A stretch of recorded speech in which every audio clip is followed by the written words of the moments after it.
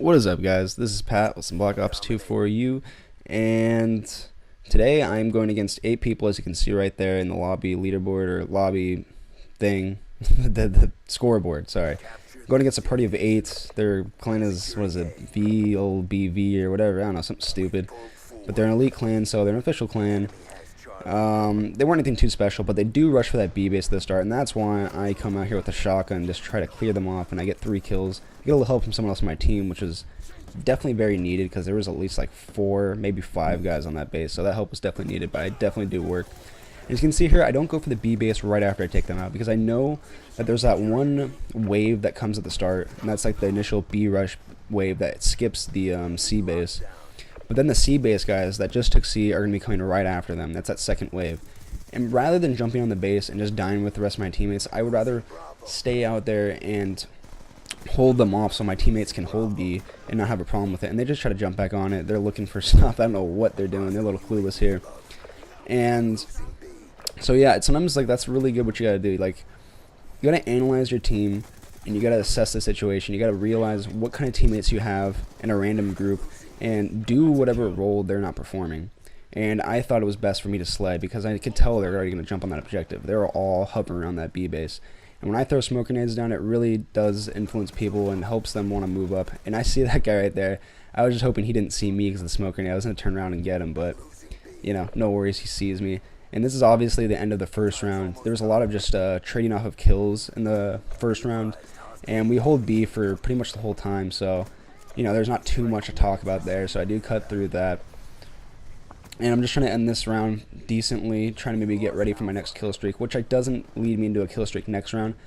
I do die a few times at the start of the next round, so it's like a classic kind of Sandy Ravage video of, you know, struggling, and then he comes back and just wrecks them, because that's what I do. I do end up wrecking them after like a few deaths and stuff and battling for that B base. And I'm going to show you those deaths and stuff because it's a good lesson for how to play domination and like switching up a strategy and sticking with it, because you know you're gonna see that they're holding B. Actually, I'll get into it once it comes around, not a big deal. But believe it or not, this shotgun gameplay is actually after the patch of when they made the gun worse. So this gun is still a very dominant weapon. It can still take plenty of dudes out. I think it's great. Like, they really didn't nerf it that much. I mean, it used to be a little bit better, I will agree. The shotgun used to be just nuts, but it's still really good. So if you guys, you know, are discouraged by the patch that was a while ago, don't be, because it's still a really good shotgun.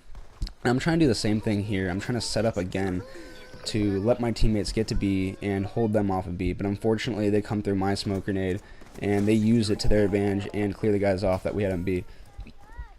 But no worries, I clear them off B. And you're gonna see in a sec I die here because I'm muting this person, and I'll make the volume louder for that.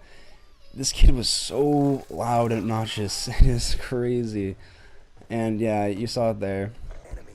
But, you know, I'm just, that annoyed me a little bit. And they do get the B base for that reason, because I was held out of position, which is a little unfortunate. But, you know, it's whatever. We're trying to get that B base back. We do after this death, but they get it right back, and I'll explain why.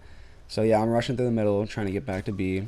This is a risky play with a shotgun, but I knew we had guys in the courtyard, so I knew it wouldn't be a problem to go through the courtyard with a shotgun. And we get this base right here. Unfortunately, my guy dies, so I got to stay here a little bit longer. And I turn my back to the play right when I get it. I should have stayed for a sec, because I knew they were going to be coming right then. But I was just trying to get out there, stay alive, and then come back and then sweep them out, but didn't work out as well as I planned. They get the B base back really quickly, as you know they are a party, so they're going to be jumping out together as a team. And I'm trying to get some position on B again, but I know they're in that sniper window. It's not going to be easy, so I decide that I see some guys moving around to A, so I think I should join them, because what you want to do in a domination game is if they're holding down the B base too easily and they're set up as well, they're going to be set up and they're a group, what you want to do is flip the spawns. You want to flip the spawns from their opening base. So you want to get your guys taking the A base and forcing them to have to go for the C base. Now that doesn't necessarily happen here, because there's not enough of us here to actually flip the spawns completely, but we do sneak that base in. So eventually it does take effect, though. We actually eventually do end up spawning at A, so I'll explain that still. But right now, since I see that they're spawning at A, I just want to play defense at A, because we got 2 bases, and I want us to get this spawn. Because getting the spawn at A and flipping the spawn forces them to take C. When you force them to take C, they're going to have less coverage on B. And that's just a strategy you want to play. And it does end up working for us. We do end up getting B because of that. And that's just how you want to do it. And that's what really separates the smart teams from the really smart teams. I mean, a decently smart team will recognize, okay, they flip spawns, we need to take their C base because they're taking A. And they're not going to have any pressure at C probably since they're spawning at A. But a really smart team will understand that that was done intentionally to get them to flip, so then they would have less coverage on B. And they'll keep some guys at B and only send a few really to C because it's really not that important to be sending a bunch of guys at C when everyone's spawning at A for the other team.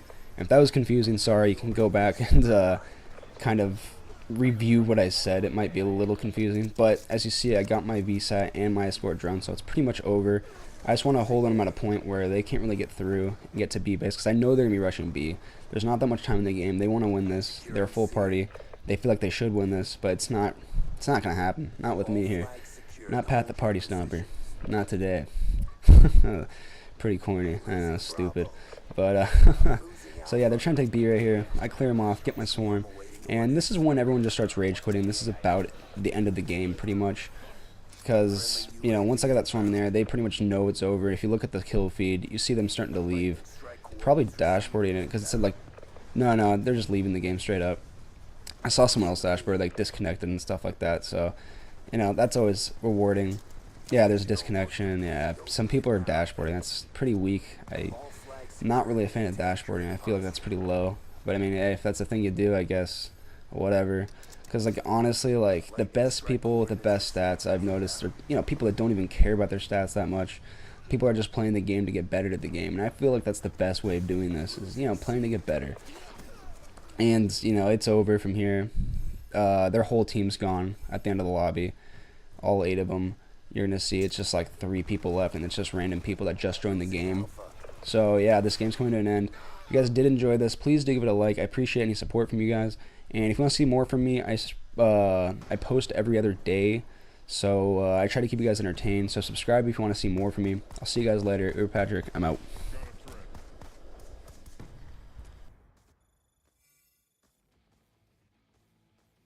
Good fight. Time to get paid.